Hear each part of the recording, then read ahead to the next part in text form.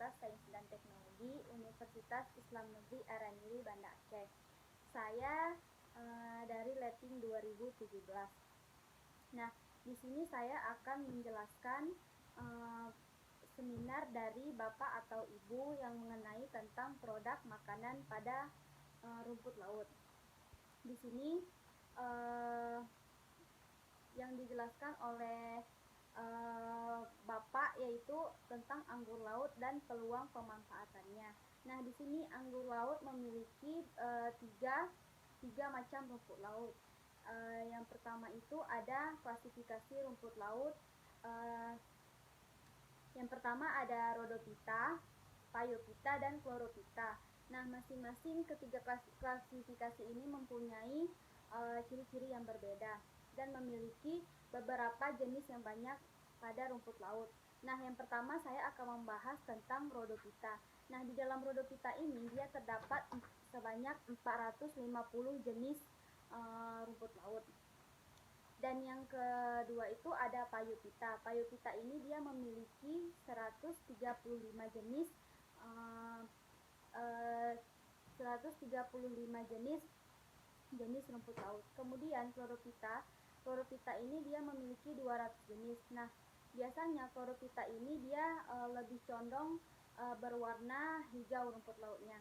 Kemudian saya akan menjelaskan tentang identifikasi atau morfologi dari suatu alga atau rumput laut tersebut. Nah, identifikasi morfologinya itu bisa kita lihat dari segi bentuk, warna, ukuran, dan talusnya. Talus ini adalah benang-benang yang menyerupai ujung pada rumput laut.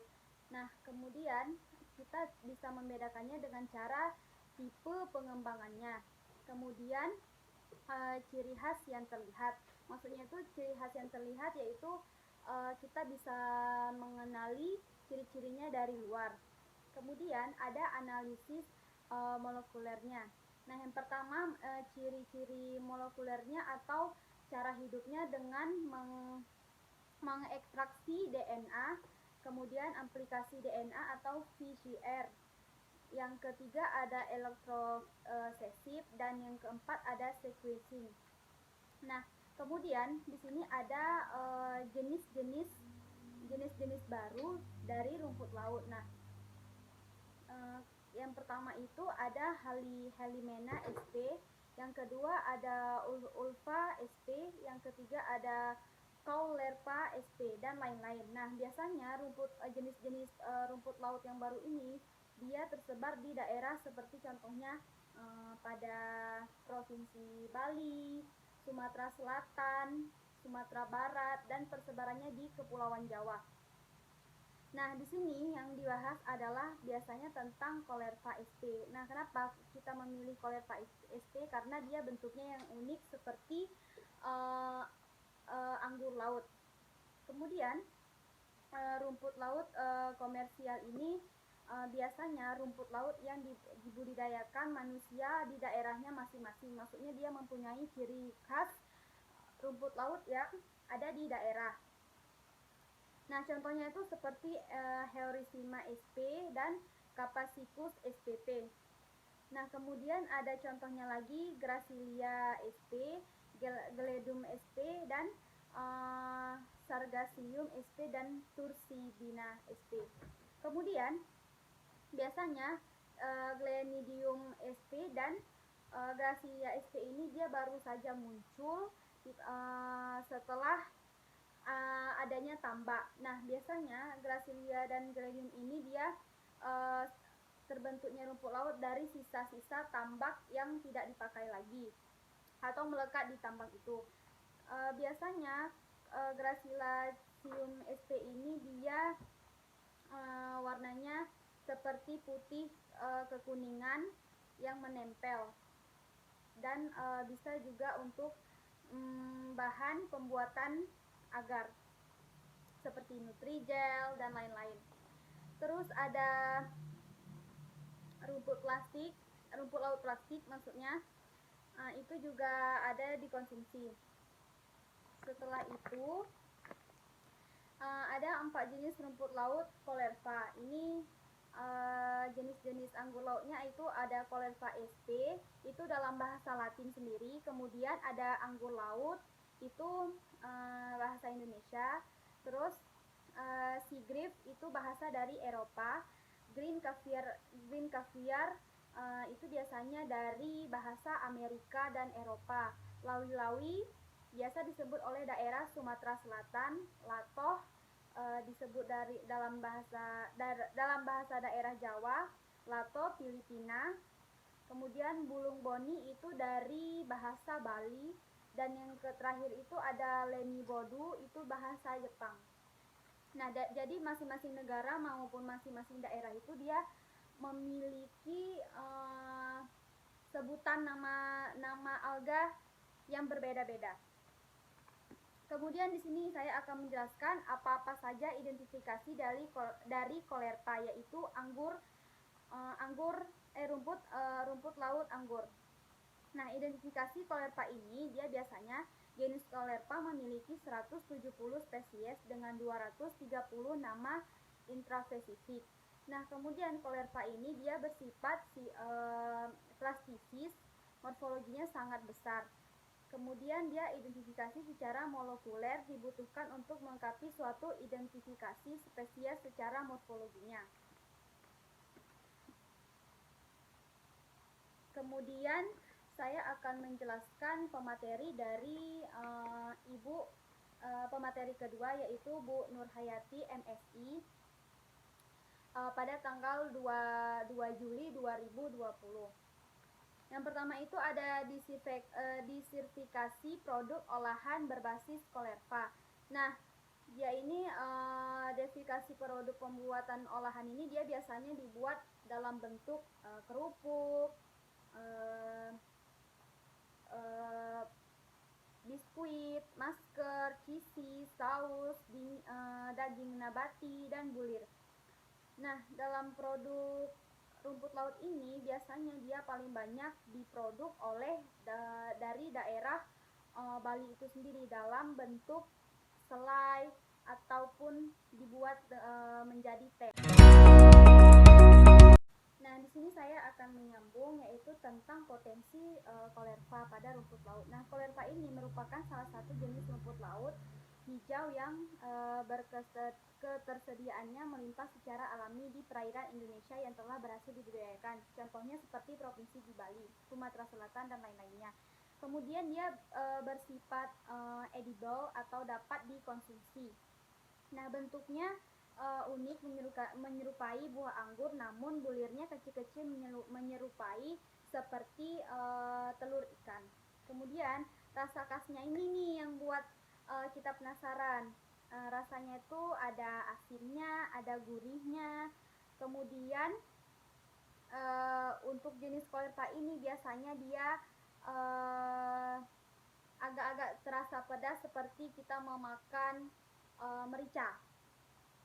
Kemudian dia mengandung banyak manfaat, yaitu seperti protein, vitamin, mineral yang mengandung senyawa bioaktif yang penting untuk bagi kesehatan tubuh. Kemudian di sini kita akan membahas apa-apa saja produk yang sudah dibuat pada provinsi masing-masing. Contohnya seperti saus yang saya bilang tadi, saus, biskuit, kerupuk, masker, cheese, atau makanan ringan, saus daging nabati, dan bulir. Nah, yang pertama itu saya akan membahas tentang saus Colerpa.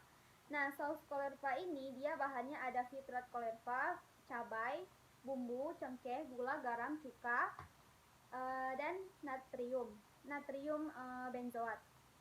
Itu biasa untuk mengasamkan suatu makanan. Kemudian dia keunggulan produknya ini dia memiliki kandungan suatu protein, asam lemak, mineral. Kemudian dia mempunyai antioksidan yang tinggi. Kemudian memiliki warna yang unik, aroma yang begitu harum, dan cocok untuk digunakan sebagai saus bumbu atau untuk saus salad pada makanan. Kemudian di sini ada daging nabati Colerpa.